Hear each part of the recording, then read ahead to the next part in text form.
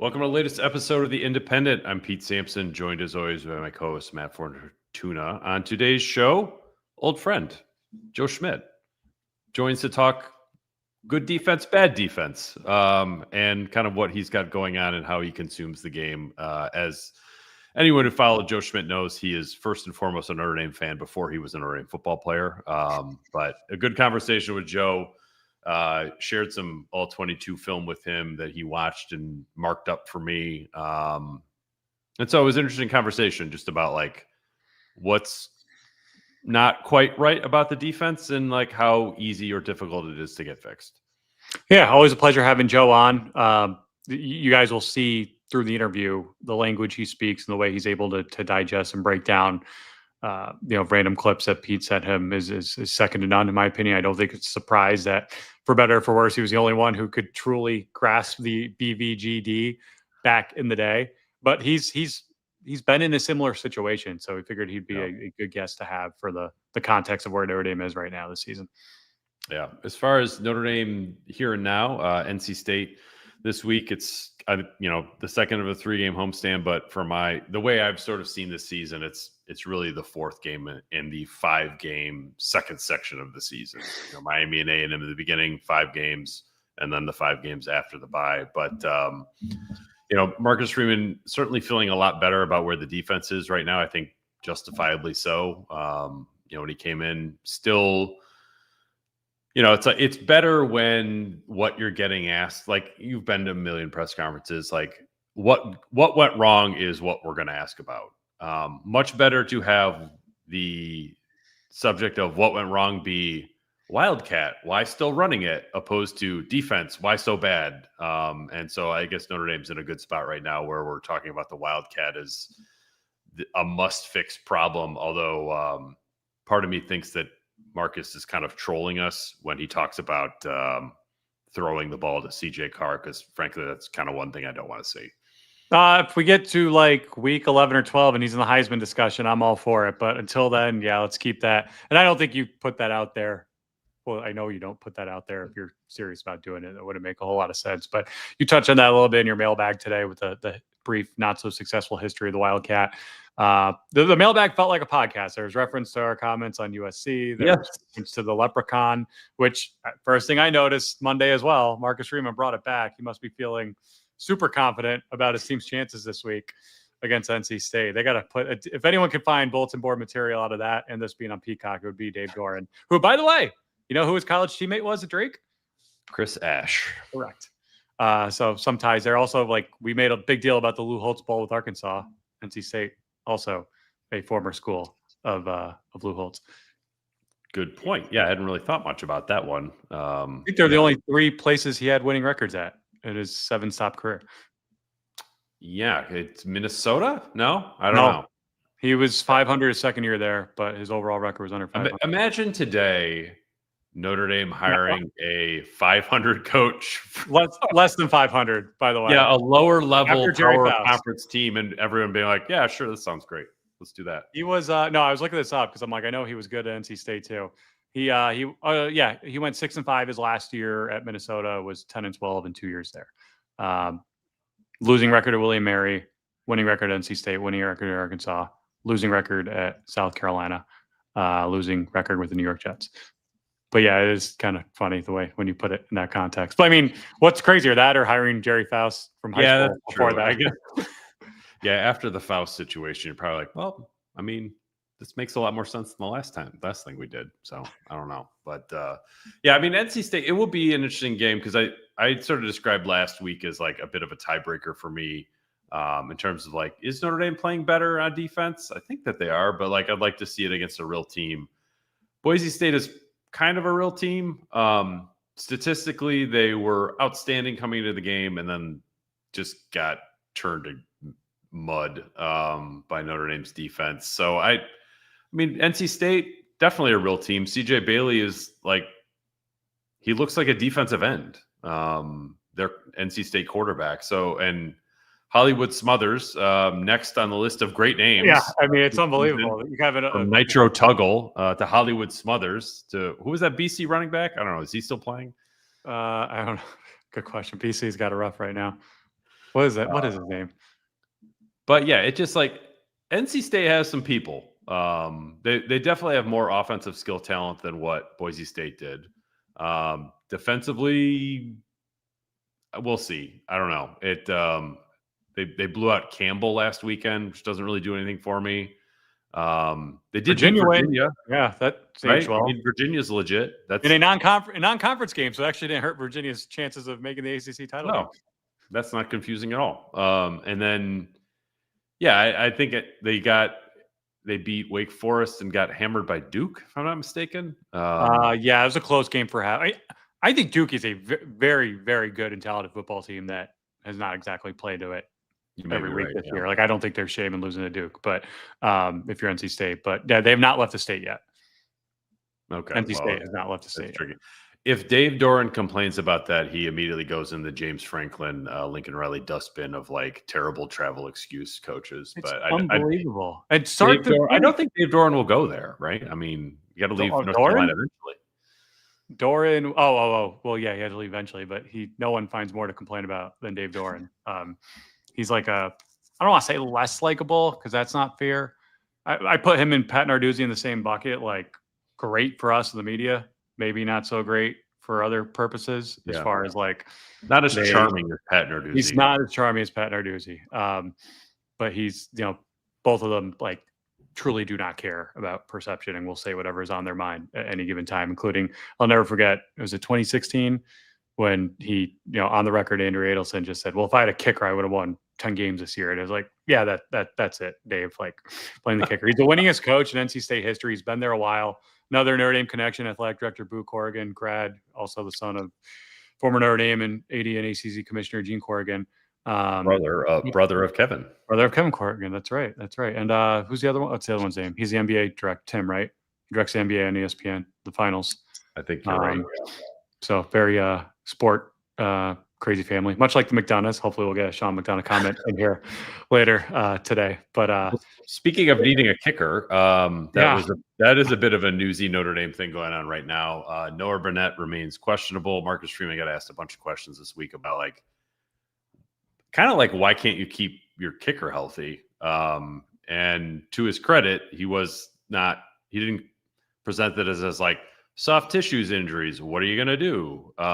It was, we got to get this figured out because what we're doing is not working. And that includes the kicking competition that they've had ongoing, kind of a week-to-week basis. That's not working for anybody from Freeman's point of view, including Eric Schmidt and Marcello Diomede.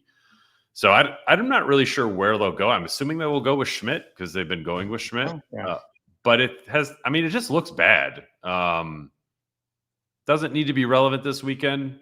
Might be relevant a week from now against USC. Yeah, it's weird because it feels like this keeps happening, even going back to last season. And I did appreciate Marcus Freeman. And one thing, obviously fans like him because he's winning and he's charming in his own right. But like, I've never heard an excuse out of that man's mouth. Not Pat Narduzzi charming kind of way. No, not quite. Never heard an excuse ever come out of that man's mouth, publicly or privately. Whether even after the whatever, we want to go down every bad thing that's ever happened, but like never heard an excuse. Hopefully, never will. Because there's no crying on the yacht, and I think he understands that. I mean, even Steve Sarkisian this week was complaining about, well, let's see how many teams could go to the Horseshoe and the Swamp and see how they do. It's like, oh, South Florida didn't seem to have problems with the Swamp. And by the way, you're Texas. Like, you got more money than God. Figure it out. Like, it's just no time for that. But the kicker situation's one that's worth keeping an eye on. Devontae Smith will be out this week with a calf strain, I believe. Yes, which that is he's listed as out this week. I have the sneaking suspicion he may be out longer than that. We'll see. But I think it's another soft tissue.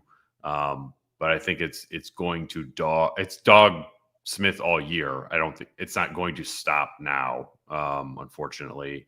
Because I thought he was actually, not that he was like the secret sauce for the defense or anything, but I really like what he brought to the table. Like it looked like you were just plugging in a full-grown man into your secondary, opposed to literally playing freshmen. So losing Devonta Smith, I think that hurts you every week, not just this week. They're sort of Dallas Golden or Carson Hobbs, probably your nickel this week. I think that's kind of a practice competition to decide who gets it. Certainly, they've liked Golden more. I think it's worth remembering Carson Hobbs got thrown out there against Mario Craver, Casey Concepcion, and Malachi Toney. But, Hobbs has to do it in practice if he's going to try to win that job back.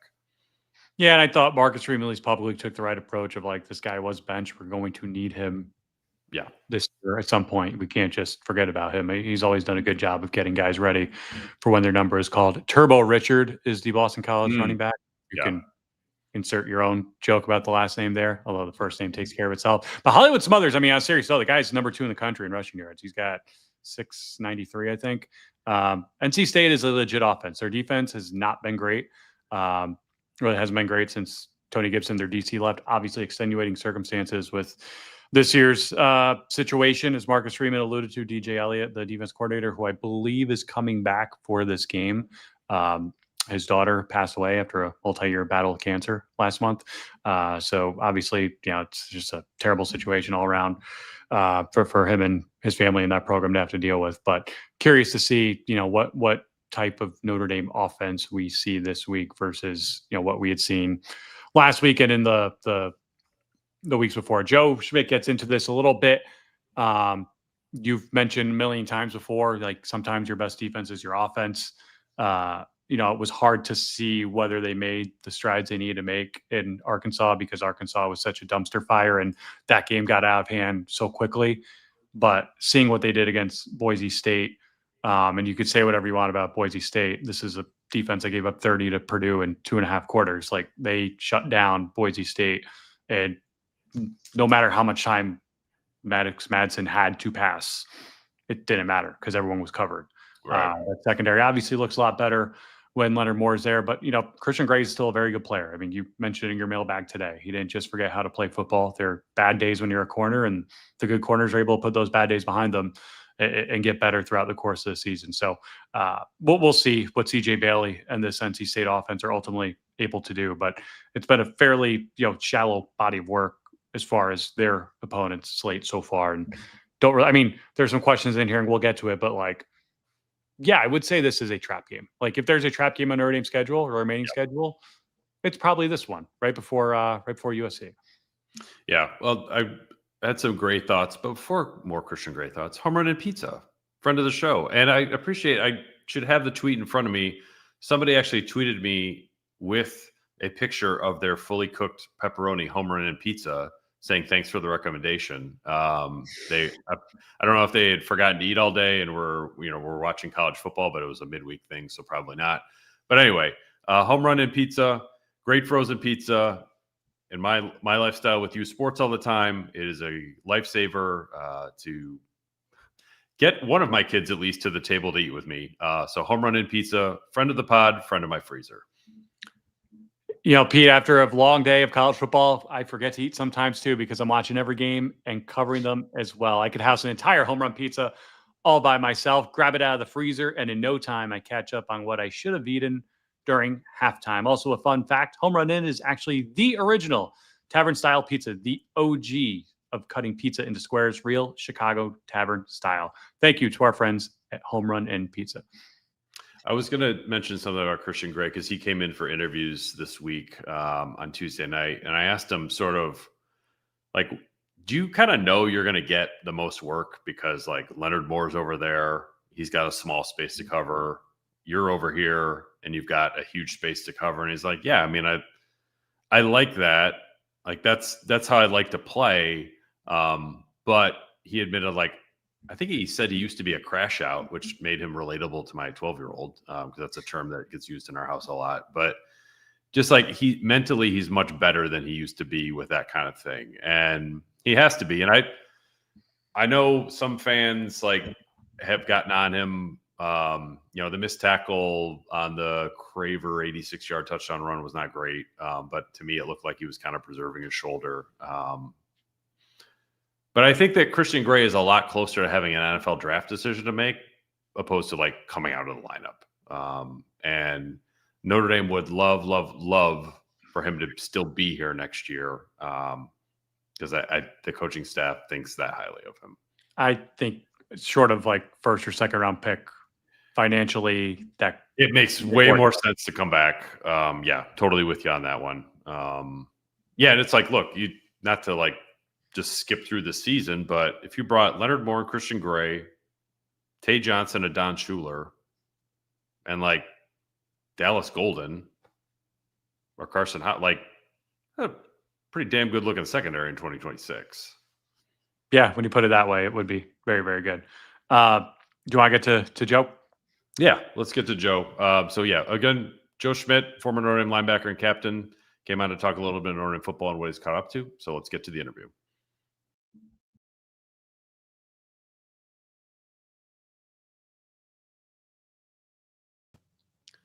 Pleased to welcome to the show, friend of the pod, Joe Schmidt. You remember him as a former Notre Dame captain and also the linebacker who kept your favorite linebacker on the bench. Joe, what a pleasure, Joe. Oh, it's so good. Thank you. Friend of the pod is probably the preferred intro of those, but yeah, happy to be here with you both. I want to set this up. I sent you like kind of an all 22 video of.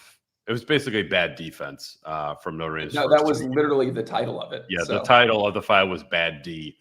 So yeah, Miami, A&M, some Purdue.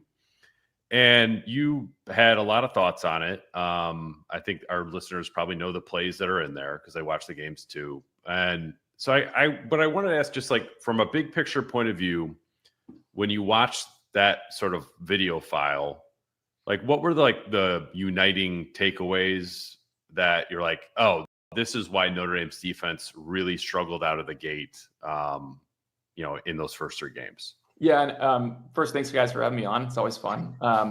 I think to start, I would caveat what I'm about to say with, I've been the guy that folks have, criticized from the outside, not knowing the play or not knowing exactly how you're supposed to play a scheme. And so what I'm not going to do on this podcast is like throw direct stones. But I do think that like there's some things that are pretty obvious from the tape when you watch it, particularly from the first few games.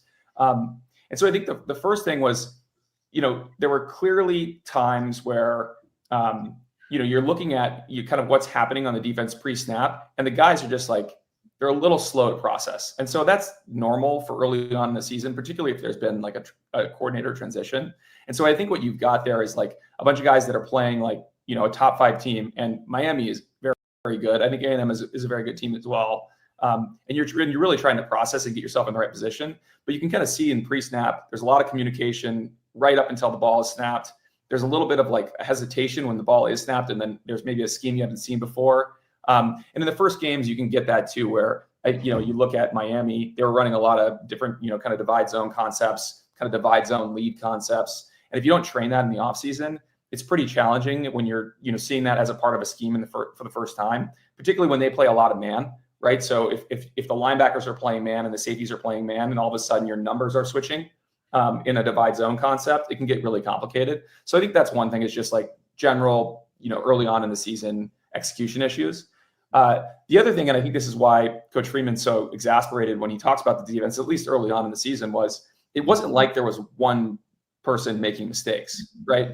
And it was just a lot of different execution problems when you think about, okay, this person needs to be, doing like playing cover 2 but he's not, he's playing cover 3 and the rest of the team is playing cover 2. Or like, clearly there's a miscommunication in how we're going to pass off these 2 receivers. There were a bunch of different they're playing a lot of different man coverages where, the technique that the outside, man cover corner would play on crossing routes that were returns was just not the right one. And so you end up like looking at things and you're kind of like trying to plug holes in a leaking boat, and you just don't have enough fingers, is kind of what it felt like. So that was another thing. It's just like, it wasn't one problem. And so I think those are probably some of the issues. And then I think, at times you get, you probably could be a little bit more, aggressive and downhill, in the run game. And I think that it's hard though, when the first 2 things are happening, you start kind of trying to look for answers. And so you're like, you're throwing a bunch of different concepts maybe at plays that you're not normally running them at. So people are playing a little bit more uncertain because they're like, haven't seen this before out of this coverage or this blitz. And so I think you kind of get into this like vicious cycle where, the first season kind of, issues compound, and you end up with pretty bad defense. So they're starting to turn a corner, it seems. Obviously, I think the teams of the last couple of weeks are not the teams of the first couple of weeks, which is, something there. So they got to just keep improving and keep executing, and they can be a great unit. I mean, you look before the season, they've got a lot of tools, right? So I think they'll settle in and they'll start to execute, but that's what I've seen. Joe, I'm getting flashbacks now. People don't know this. This might have even been before Pete was at the Athletic, but me and you were talking about you coming aboard as like a former player, X's and O contributor for the Athletic. And we can only imagine how much better your life would have been had you become sports writer. Venture capitalist Joe Schmidt, but that's neither here nor there. You've been through coordinator changes. You went from Bob Diaco to BVG. I mean, what, in the broad sense, what's that like? How difficult is that for a player to go through? Yeah, and it kind of depends, right? And I think from what I've seen, there's a lot of the same kind of stuff happening in this defense than there was last year. And I think the biggest change, at least for me, was you start talking about concepts with different terminology. That's hard, right? And I tell people that are coming into the business that I'm in now, the hardest part of any really job transition is like learning the shorthand, right? And that's definitely true for a new coordinator, right? So if anyone's ever done a new job, that's problem number one. And that's critical, as it's like a building block for everything. If you're not communicating in the same way, it's really hard to basically explain net new concepts to the group. So I think that's always been a transition. It's why spring ball is so important. And then obviously you got to have like a great fall camp. But when you're not, like, this is kind of what I get into of, like, if you're seeing a play for the first time and you're not used to thinking in the same concepts across the entire group, you don't know how to address that in real time, right? So if all of a sudden, instead of running divide zone, which I'm assuming that the average listener understands, but basically it's when an off-ball tight end goes to the other side, or you basically have one player from the other side to kick out the defensive end on the opposing side of the field, or maybe they're going to block someone over there. And you're basically just changing an inside zone blocking scheme. If all of a sudden that player, instead of doing a kick out, peels up and starts running effectively like an ISO play, like, how do I actually address that in real time? And this was something Miami was doing. And it's like, well, if you all understand the same kind of concepts, and you understand how the numbers are shifting in the back end and where we should be feeding the ball to which safety or back to which linebacker, it's a lot simpler than, oh my God, I've never seen this play before. And it's hard for us to communicate in real time. And I'm not saying that's what happened, but I know we misfit that play. And so it's just all right, what's the issues? And so those are the big problems with the new coordinator. And I mean, outside of that, though, a lot of the scheme seems to be the same. I actually think a lot of what Chris Ash does, where they play disguised versions of Tampa 2, or they're doing a lot of different fun pre-snap, roles. Well, they'll show up in a strong cover 2 shell, and then they'll play a one robber. It's a lot of really fun, concepts on the back end. And it's not like he's not bringing pressure in the same way that that Golden was. And so I think a lot of it comes down to just execution, and it maybe there's a terminology shift. I don't know. I'm not in the room. Or maybe it's just new guys in new positions, and you got to go make plays, and they're ascending into that right now. One thing that Marcus talked about this in the offseason, he was referencing Xavier Watts and Jack Kaiser. Yeah, he called them problem solvers on the field. Yeah. If something's wrong, they can make it right before it really gets bad. Yeah, and I know you did a lot of that. Could you give us a sense of what that's like when a call's on? The ball's about to be snapped, and you're like, crap, this, you got to be there, you got to do this, and just how that works, or how it sometimes it doesn't work. Totally. And this could also be it. And Kaiser was there for a long time. He was a great football player. Yeah. He'd seen a lot of snaps, and having someone like that in the middle of your defense is great. And there are other guys that are there today that have seen a lot of snaps too. But maybe it was just his role before, or Watts' role before. And they were both unbelievable players. And you're seeing that, I think, on Sundays now with Watts for sure. I think that, from my experience, it's, a lot of the time a big play or a bad outcome as a defense, it ends up from someone not really fully appreciating what their job is, or not and not playing at 100% on that play, or just straight out doing the wrong thing, right? You got to be a United 11. And what I said in the beginning of this, right, of, there's guys that are, oftentimes there's like, one problem on a play, right? And that leads to a big play, right? And that sometimes that could be just technique, and that's a little harder to correct pre-snap.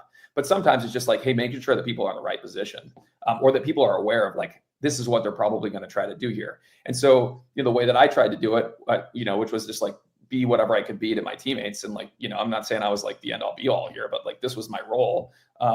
It's turned into the safety and making sure that like, we're aligned in terms of exactly how we're going to play this concept, or, shouting out, hey, we got, they're motioning to a snuggle concept, that out of this concept, they're going to run like, an exchange route, make sure that we've got like the right, coordination of how we're going to pass these routes off.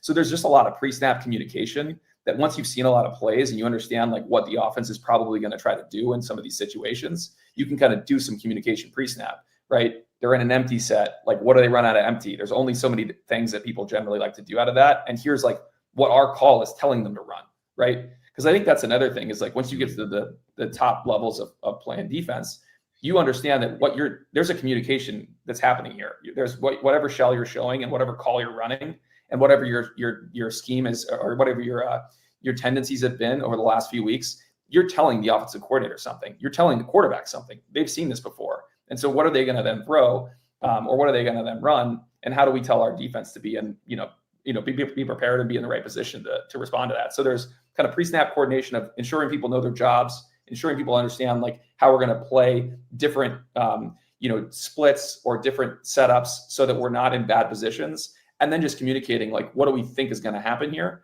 And when you're doing that, you're playing awesome defense, and it's really hard for people to beat you because it almost feels like in some ways you know what's coming. And so everyone can just play a little bit faster and a little bit freer. Joe, a lot of your peers will either go to the NFL or they'll get into broadcasting or they'll do something football adjacent. You, on the other end, were pretty clear in real time. Like, I'm maxed out. Like, football was great. I'm ready to move on. Yeah. I ask that because you're talking about it right now, even though you're 10 plus years removed from it, like you're in the huddle with them still. I mean, is almost like riding a bike as far as you just can't quit it sometimes. You just can't watch a play without diagnosing everything that's going right or wrong at the same time. Like, how do you consume football right now in your current world? Yeah, I mean, I wish my wife were here because she would start laughing at me. But I think it's I've tried to develop a little bit of a healthier relationship with the game as time has gone on. I still love the game. I think that I got to the end of my career, and I mean, my body was a disaster. Like, I played the entire last season with a broken shoulder, a bunch of shoulder tears, a broken left hand, a left ankle that didn't really work. Right. I had 3 surgeries over the last 3 years. It's like, at some point, man, everyone stops playing football, even if you're Tom Brady. And it was like, from a body standpoint, was not fun anymore. That's for sure. And I think it was from a mind standpoint, I never had any dreams about playing in the NFL. I just wanted to go play at Notre Dame. I wanted to help us win a national title. We got close, and I had a lot of fun, and I made some great friends. And so I just didn't have anything else I wanted to do, so it actually made it really easy for me to look at my body and say, okay, what do I want to do? And there's this terrible story of, going through the x-rays with Dr. Radigan and him telling me your body is a disaster. And me just being I need to be able to play with my kid when I'm 50. I want to play catch with him. Right. And that was not going to happen if I continue to play football. So I think that was one reality check, time to move on. But then from a mental standpoint, it was dude, I want to go do a lot of different things with my life. And I've been very fortunate. I work at a great place. I love the people that I work with. I love what I do. If I had all the money in the world, I'd be doing this. So it's a very freeing, awesome feeling. And there's I think the thing that I was coming out of school with was sure, I think, I don't know, Pete, maybe there's 30 something plays that we went through, and it's very fun for me. And I can go right back to it because, again, back to the concepts thing. And I credit a lot of the guys around me and the coaches that I played for to just understand defense, how it works. Right. And there's just only so many ways that this can actually play. It's fun to go back to that, but man, there's a lot of other things to go learn in life and do in life. And I was all right, I've kind of reached what I feel is reasonable in terms of how much time I've spent thinking about football, at least in the way that I did. And so now I'm trying to, consume it in a little bit more of a fun fashion and try to, help people, give back. Kids that want to come out of school now, what do they want to do next, particularly when they want to leave football or they want to leave athletics. I'm really passionate about that. I think one of the least explored questions in sports is like, what do you do after sports? And so I think it's like, that's something I'm really passionate about. I want to try to help with, but it was easier for me than I think a lot of other folks, because I always wanted to do this afterwards. Like it was like the next stage of the rocket on my dream. What, that's kind of an interesting segue into like, where Notre Dame's going with the Life After Notre Dame program and like Shields Hall and like what Amir Carlisle was doing. Yeah. Like trying to build, I think, much more substantial bridges to life after football than like sort of this abstraction that maybe it was when you were here. I'm not asking, like, I guess I am asking you to critique this, but like, where do you think like Notre Dame can take that and be better with that? Like, what do players need most? It's really hard, man, to really nail this. And I would give those programs a ton of credit.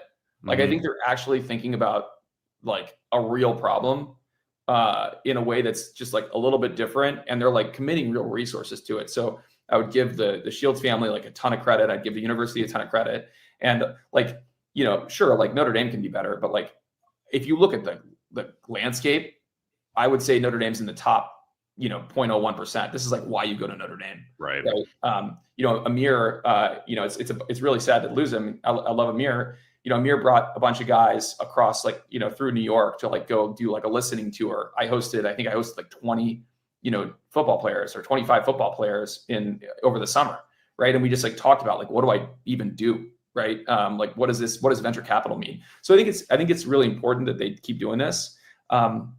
I think that the hardest part about this problem, though, and kind of what was I trying to say when I said, hey, like this was the next phase of the rocket for me, is anytime you go through a transition like this, there's like an identity crisis. It's like, who am I, right? And so when you have to like, say goodbye to this piece of you that was like everything that you were for your entire life, and then like basically restart, right? And not only that, when you're a Notre Dame football player, you're an athlete at the highest level, right? Whether that's playing professionally, playing a different college sport. And this is men and women, by the way, obviously, of course. You basically have to just restart at the bottom of the totem pole. And what it felt like for me was like I had to go back to being a walk-on. Like, and not only that, I had prioritized football in so many different ways. Like I can break down these 34 plays. I know everything there is about, within reason. I know most of what there is about defense, and vice versa about offense. That had literally no bearing on like how software companies work, right? Sure, like there's like team building, right? But like, you got to go learn everything from scratch. And by the way, all of your competition, they can do what I just did, right? Coming out of school, right? Just for this business, they've done internships. They've been thinking about this their whole life. So I think that's really hard, and it's daunting to kids coming out of school. And so I think like what we got to do is like, all right, number one, like start building that snowball earlier on for kids, help expose them to, different things that they can be doing with their lives, right? Because there's more than just like the 3 or 4 options that it seems like, schools point you in directions for. So it's like, let's think a little bit more strategically about what makes us happy. What are we great at? Right. And then like go in there and like help give people confidence that like, in 12 months or 24 months, it's going to start to make more sense. And you can, you too can go host a podcast and, or dance on TikTok or whatever it is you want to do. So anyway, I get charged up, but I think that like Notre Dame is doing a good job, and it's really trying to give the kids more resources during that identity crisis and really prepare them before that day so that it's not all at once like this crescendo, holy crap moment. Right. If only the listeners right now could have seen the tech difficulties that our software genius Joe Schmidt had with us before we hit record on this thing earlier this morning. Joe, how do you consume Notre Dame football? Like, what are your Saturdays like? Are you, don't bother me for 3 hours? Are you? No, I was a little bit more like that, in the years after school. I can like watch a game now. Like if my wife and I like, the most important thing for me is that like my wife can tolerate Notre Dame football, and she's actually become a Notre Dame football fan, which is great. We went to the national title game last year, which was like awesome. She totally human beyond that. And then we went to like the Indiana game.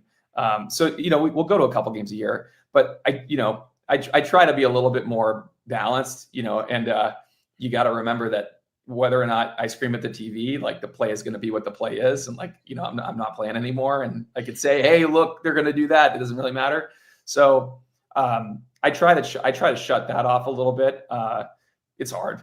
So I think that like it's fun. I've got some friends out here, some guys that Matt Mulvey or Nate Montana or some of those guys, and we'll like watch most of the games together if we're in town. But wedding season can really get you, man. So I got a lot of times I'm on the phone and trying not to lose my mind. I was at a wedding in Hawaii earlier, and when the blown holding call, and I'm on this like Hawaiian beach wedding. I've got my phone right there, and like I'm screaming holding at the like phone, and they're like introducing Mr. and Mrs. and I'm like, fuck. So anyway, so that's how I interact with Notre Dame football. I was going to ask, but I guess you just answered this. I would say it might be easier for you now that like you haven't actually. I mean, it's one of the first 2 years you haven't crossed paths with anyone definitely on the roster and on the coaching staff. Like, Yeah, not that you're attached, but like there's not that. Hey, I was in the foxhole with this guy. Yeah, it's been a long time since I actually knew guys on the team, so it's a little bit easier. I mean, I still know guys. Like they came by the office, like and I'll like know a couple of them. And then I know people that are in like the surrounding staff, right? And like, I've met some of the other guys, obviously, of course. So it's still like, I still obviously really want them to win. And I want them to all have success because they're good people and they try really hard and, it's our school. But yeah, it's a little bit easier when there's like there's a little bit less personal stuff, but I can't say it's actually like all that different. But yeah. Niles Morgan, I taught you how to fit that run play. No. And I don't know. I miss all those guys. I miss Niles. I miss them all. So kind of getting, as you watch these games and we went over that film and like you've sort of seen them since, Notre Dame's defense, like all better now, or do you feel like they still have some pretty serious stuff to get sorted out in the second half of the season? I think this is an evolving thing with any defense. And so I think they just got to keep, the goal is, just get 1% better every day, right? We just got to keep making improvements. I think they are improving. Like, I think, unfortunately, I wouldn't say that, like we looked awesome against Arkansas. I think that like there's execution issues on the Arkansas side. There's execution issues on our side. That's just how football goes. Mm-hmm. So they just got to keep improving. The nice part is for them, like, the schedule's, the schedule is what the schedule is. And it's not that they're not great teams. It's just like, they're not going to play Miami again until the end of the season, hopefully. And I think that, it lowers the need a little bit. Increases the margin for error, right? Yeah, right. Totally. And so they're all still great teams. I mean, NC State's going to come in and they're going to play really hard. And like, I've watched them play this year. They're a good football team.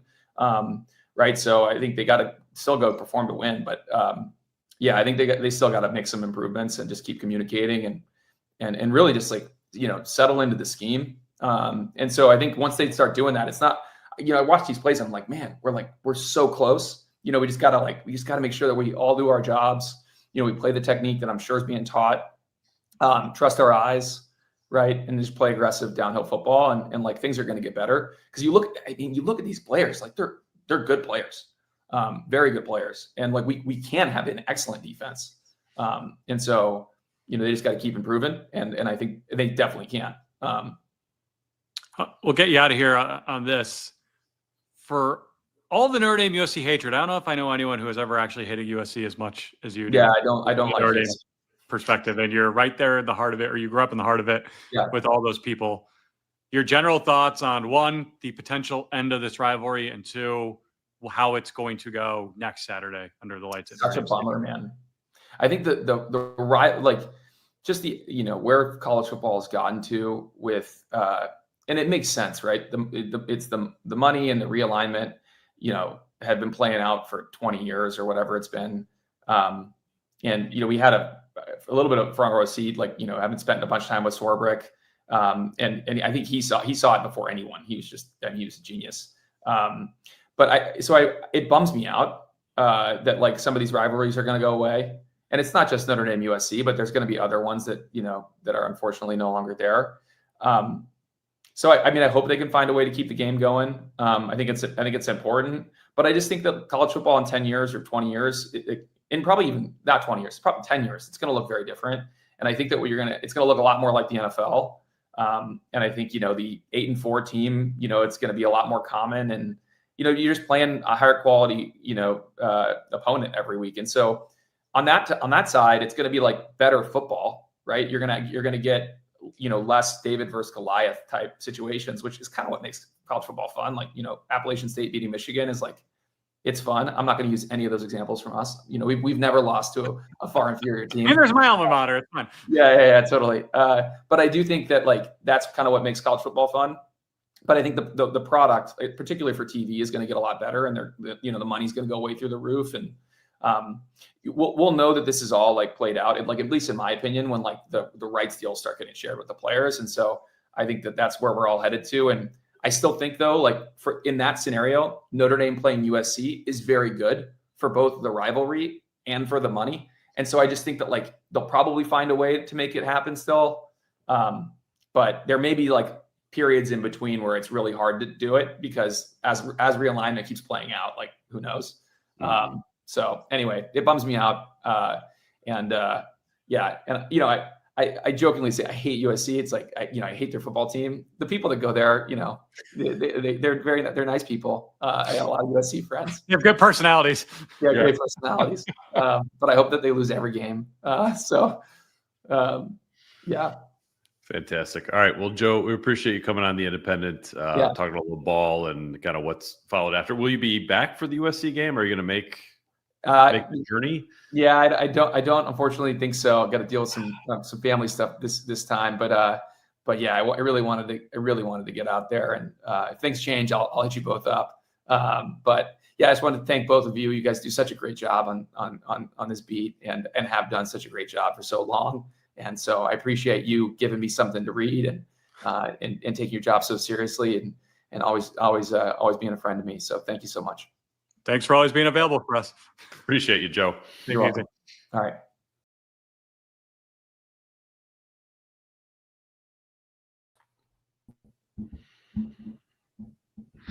Welcome back to The Independent. We thank Joe Schmidt for joining us and being a great guest in front of the pod. And we'd also like to thank some other friends of the pod, including Obvious Shirts, OBVIOUSSHIRTS.com, pod merchandise, t-shirts, quarter zips, hoodies, crew necks, you name it, they got it. Great independent logo merch there. And some new releases this past week. You've got Violence, the favorite saying of Marcus Freeman's. You've got Unfinished Business, and better see a lot of these next week on campus. Southern Cal is Afraid to Play Us. Get that one before what could be perhaps the last Notre Dame Southern Cal game. Thanks to our friends at Obvious Shirts.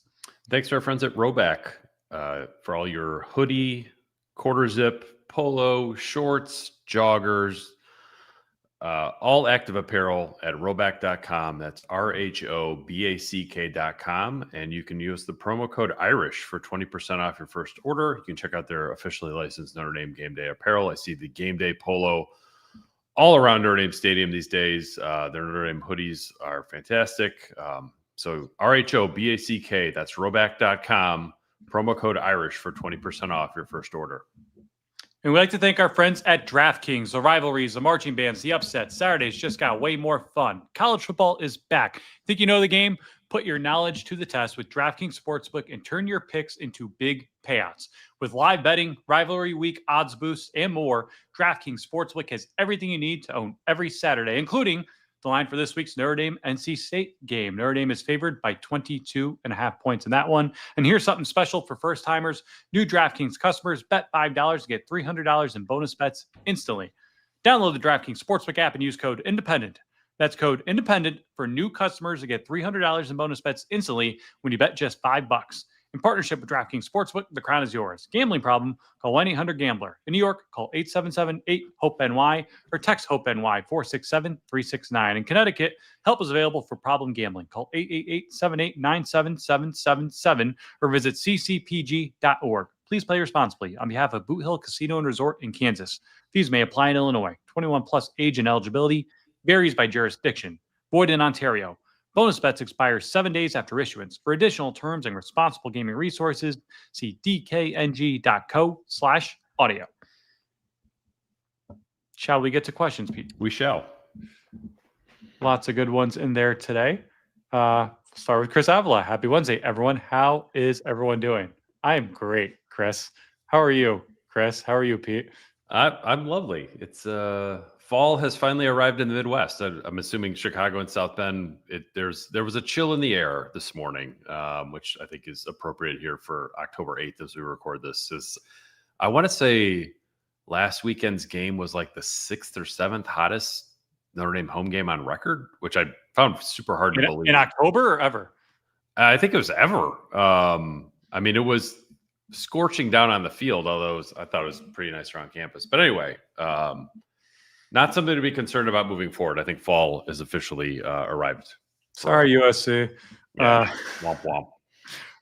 Archer 0-0 Arrow. NC State, even when they are down, are usually good for an upset each year. Yeah, they usually are. They always play Clemson well during like peak Clemson years. I mean, they did actually miss a field goal that would have probably knocked Clemson out of the title picture in 2016, the year Clemson ended up winning it all for the first time under Dabo.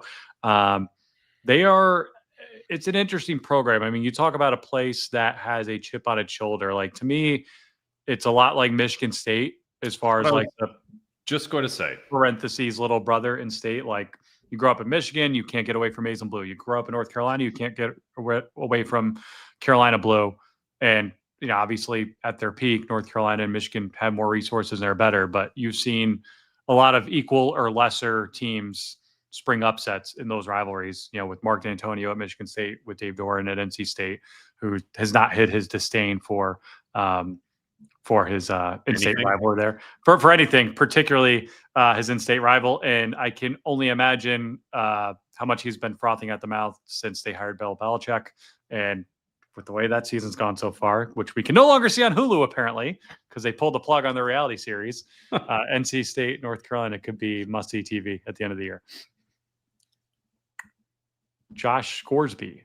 Will the love hurdles ever end? I love them when they work. Just don't want to see him get hurt.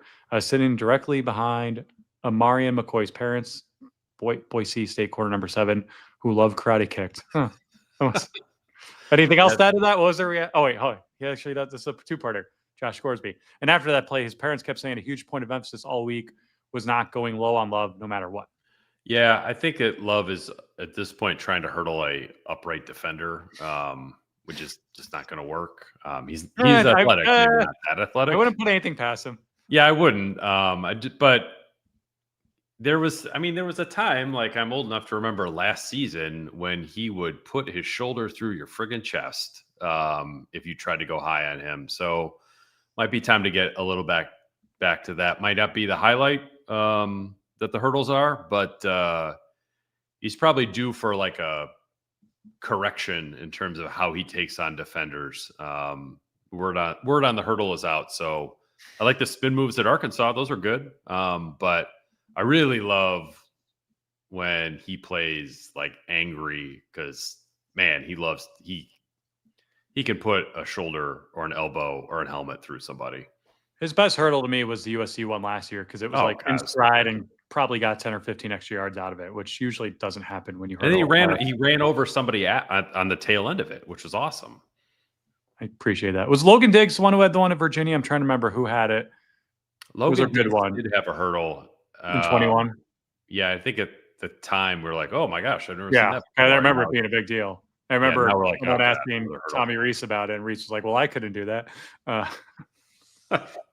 Archer 0-0 Arrow. Can general public obtain all 22 film? I love that type of stuff. No, I think I get mine from high school coaches when I get it. I don't know where you got it from, but I don't have a login for it. But I can if there's reason to ask for it. But it's like not really searchable. But it was interesting to watch, because I mean, when I watched the games back, I just watched TV copies. But to watch the all 22 film, I was like, man, you really can see all 22. It's just a different viewing experience if you're kind of into the film nerd type stuff. I think the NFL, it's public, right? Or at least access for beat writers. I feel like every Monday or Tuesday, you see every NFL beat writer tweeting out clips of it. That would be fun, just to have more access to more information for people. Chris Avila again. I didn't know it was Black T-shirt day. Huh? It's always Black T-shirt day in the Fortuna household, and I guess in the Sampson one as well. Archer 00 Arrow. Are you hearing any concerns about Jaden Greathouse? The timing of his injury is certainly questionable relative to maintaining a year of eligibility. I've heard that remark from like fans, not to be dismissive of it, but I haven't heard anything concrete or anything that would lead me to believe that's what's going on. Yeah, same. I think it's kind of a thought experiment because that's the world we live in with college football. And I understand the question. I'm not dismissing it. But I have not heard anything internally around Notre Dame that would lead me to believe that. Nor, I don't think Jaden Greathouse is looking at like, yeah, I really want to play a 5th year of college football anyway.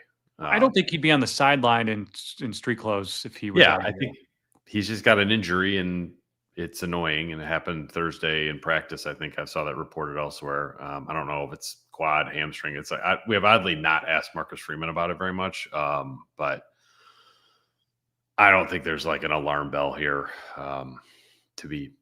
that's worth sounding right now. He is listed as questionable with right thigh injury. He's not ruled out yet. Who is Devontae Smith? Chris Avila. Will Devontae Smith be back for USC for added depth? You seem to think not. I'm skeptical of that one. I guess one other injury note this week that really surprised me was Cooper Flanagan is questionable. He tore his Achilles in the Georgia game last year. I had sort of written him off for the season, or at least at a minimum. And maybe they will still do this. Like, do not play him more than 4 regular season games. No, I would think not. That would be crazy. Regular season. No. Yeah, don't do that. Yeah. So that if they can get something out of him in the regular season, and maybe one of those is USC, and maybe it's like USC, Pitt, Stanford, just to close it out, and I don't know, one other one. I'm not sure, but I would say like if you've got Cooper Flanagan can help you with USC and Pitt, great. You do not need him to help you at Boston College. I mean, if he's going to be ready to play at USC, I think that's getting to trickier territory as far as managing him for just like if he's going to come back that soon. Yeah. Then I don't know how much managing you could actually do as far as like we're only going to play you in these games. Like I feel like not to be like you're on the field, you're hurt, you're not hurt, you're not on the field, you're not. But USC's early. That's like he's not playing this weekend. There's 6 games left. You can afford not to play him against Boston College and Stanford. Yeah, I'd also wait for the bye after USC. Yeah, that would be good too. It was a re-aggravated calf strain for Devontae Smith. Those things seem to be tricky. So we'll see how he responds to that. Steve Blackiston, will NC State have more Williams or Marys? Ask Lou Holtz, who coached at both places. Well, NC State and William and Mary, not NC State. Lou Holtz has a lot of good quotes. That's high on the list, though. The problem with coaching at William is Mary is too many Marys, not enough Williams. Stephen Blackiston. Again, Hollywood should have played DB with that last name. Yeah, that's a good one, although the guy's a hell of a running back so far. I mean, at Smothers, I mean, he should have been, with the last name. Yeah, you're right. Sorry, I read that wrong. And that's like a North Carolina name, right? Like Smothered and Covered, Biscuits and Grits. Like, I think that guy fits in really well. Archer 00 Arrow. I live in the Triangle and could say Dave Doran isn't really accepted here yet. So it's just enough to not get fired. A la Peter from Office Space. Yeah, it definitely seems that way. I mean, I can't think of a coach who's been in one place longer who every other year feels like he goes from hot seat to extension.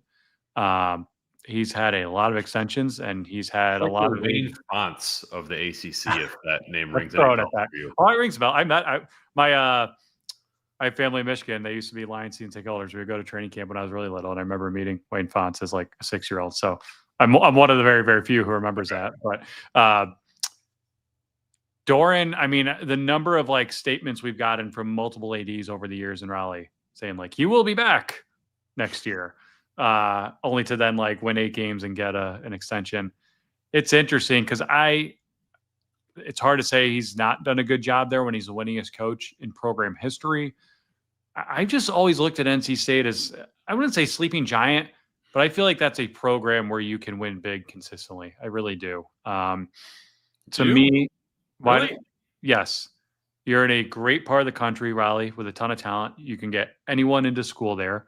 It's a fun school. Have you been? I mean, you've been to a game there. I went there for a Thursday night. I think Raleigh's a cool city. I went there for a Thursday night for 4-8 Syracuse against 4-8 NC State, what they ended up being. And it was packed. You would have thought it was an SEC environment. Like, that fan base is rabid. They're desperate to get behind a winner. Every time I go there, it's pouring rain. Pouring rain, yeah. So, you know, to me, like, they could be what Virginia Tech used to be when Virginia Tech was good. All right, I can see that. And they've never been. They have one 10-win season in their entire history. They probably would have got another one in the Holiday Bowl a couple of years ago, but before COVID canceled that. But I've always looked at that as a place where I think can be unlocked, and you can do some damage there. Andre King, what's up, Matt? Hello, Mr. Sampson. Beautiful bald men. Let us gather here today. Nothing puts a smile on my face more than that one. Thank you, Andre King, for always tuning in every week. Juan Jose Rodriguez, another friend of the show. Where's part two? Must miss part one. Where's Bryce Young gone? Even though he wasn't the top guy that the offense line focused on in 24, he went from a wrecking ball up front in 24 to non-existent in 25. That can't all be just Ash, right? I have the same question, Juan. Yeah, I think it's a good question, and we've put it to Marcus Freeman, and he hasn't really engaged with it, which I get. My personal theory is like Bryce Young got really big this offseason and is kind of getting caught up to his own body. I would also say, like, if Bryce Young kept getting big and turned into a defensive tackle next season, that would not be the worst thing in the world. That was my my read on the situation early in season. I didn't talk to anyone about it. I just thought that was a possibility. Yeah. Jay Carr, friend of the. Now, you should just put a C in front of your name so you could say you're CJ Carr. You're close enough. Pete didn't get a question at the presser. That's a load of barnacles. Did you not get a question? I did not ask one because I just didn't. I didn't have anything pressing. I don't. Usually, I pretty much always ask something, but if I don't have something, I'm not going to ask something just to hear myself ask a question. And we still don't know about Jaden Greyhouse. Thanks, Pete. Yeah, it's my bad. Jay Carr with one for me now. Matt eats an entire home run in pizza. That's not the serving size in the box. To which Stephen Blackiston, who's had probably the best comments today, says, I think we have a Pete versus Matt home run and pizza eating contest. Hashtag content. I'm all for it. I don't know what the prize would be. Probably another home run and pizza. But I think the sponsored by DraftKings. You can bet on might not go well for the pod. You don't think that'll go? Okay. Pizza. I can eat a lot more than you would think by looking at me. I've tried to stop that, but pizza is the one thing I could probably. Pizza and meatballs, I think, are the two things I might actually have a chance at winning, like an eating contest at. Okay. I feel like we're venturing into Ari and Andy territory right now. Jeremy Wiley, I understand that the narrative is that Arkansas quit and that Boise was a lower tier program. However, weren't both teams considered good offenses coming into the games? Harder for me to say that with Boise, given their level of competition. Arkansas was. I do think, though, like, Arkansas missed some plays early. Notre Dame was so overwhelming offensively that, it becomes very predictable and fairly easy to defend when you're playing from behind by 2, 3, 4 touchdowns the whole game. Not to take away from what Notre Dame did that game defensively, but, they did it. It was the first time they had done it all season long, so that was like kudos. But I'm much more impressed by what they did against the Broncos last week. Yeah, I would agree with that. And look, Boise State, if you watch their game against USF, you wouldn't think they were a good offense. And they absolutely torched their next 3 opponents.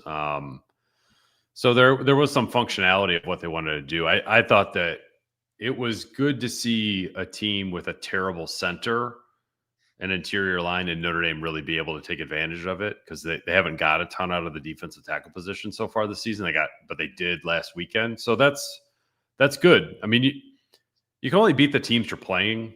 But it's if they beat USC 28-7, then I'd be like, all right, now we're talking. Or heck, I mean, if they beat NC State 28-7, I think that would be impressive. They got to score more than 28 against both those defenses, for the record. Oh, they need to, or they just should? Both. Okay. All these questions are like asking Joe Schmidt for financial advice. His Twitter handle is at Joe Schmidt IV the fourth. You guys can reach him there. I don't know. Yeah. There's a Wayne Fonts question or comment. All right. Say, for Archer Series or Arrow. He's still alive, right? I think. I don't know. I usually don't venture into that conversation if I don't know the answer. Oh, fair enough. What kind of Lions fan are you? You're a Niners fan, right? I grew up on the Lions, and they were so bad that I started rooting for the 49ers. Wow.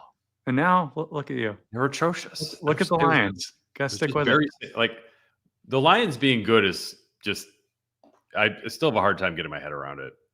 It's all right. The people I reference in my family who had season tickets gave them up when an uncle died a few years ago. And lo and behold, a year later, look what happens. They get good again.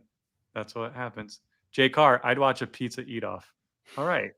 You're the only one. If anyone else wants to help us get this thing going on, we can maybe have something at the end of the year. Want to get to predictions, Pete? Yeah, let's do it. I think I said this on the Boise prediction, which turned out to be wrong, that I thought Notre Dame was going to score 40. I think they will consistently score 40 the rest of the year. And I thought they played a 42-point kind of offense. They just missed on 2 touchdowns. Get stopped at the goal line, and then Carr misses Pauling on 4th down in the end zone, which should have been a score. So I'm still going back to the 42 points. And I don't think they'll be attempting a whole lot of field goals either. So 42 points seems solid to me. I think last week I picked 42-21. It was like right on the line, which is how the game played out. I think this will be, I'll go 42-21 again. I'm just going to stick with that. It feels like if there was a scoreline that summed up this Notre Dame football team, it would be 42-21. It really doesn't even matter if they have a game that ends 42-21 or not. Or the score that I was going to go for before you said this, and I swear I'm not piggybacking off you here, 41-21 Notre Dame, which is barely over. It's not a cover, although maybe that can change between now and then. But I just think they're going to score a lot of points again. I think they'll give up some points. I don't know if this is a team like you've seen some really good Notre Dame teams and really good defenses elsewhere where it's not only are you dominating them for 3 quarters, you're putting your backups in, but the backups are like, we cannot let them reach the end zone. We want the shutout. That's a point of pride. I don't think we're there yet with Chris Ash's unit. I think NC State will get theirs. It's just not going to be nearly enough to keep up with Notre Dame. I agree. So on that note, we will wrap up this episode of The Independent. We'll be back on Saturday evening-ish following Notre Dame NC State, which will, I think, be the game before the USC game, mostly. Get those shirts now while they're going. Obvious shirts. Instead of a white out or a green out or a black out, let's just have a navy and gold out. Shirts from no leprechauns carrying a football, or just just go with obvious shirts. Southern Cal's afraid to play us. Let them know how you feel. So until Saturday, he's Matt. I'm Pete. Thanks for being with us, and thanks Joe Schmidt. Thanks for being with us on the latest episode of The Independent.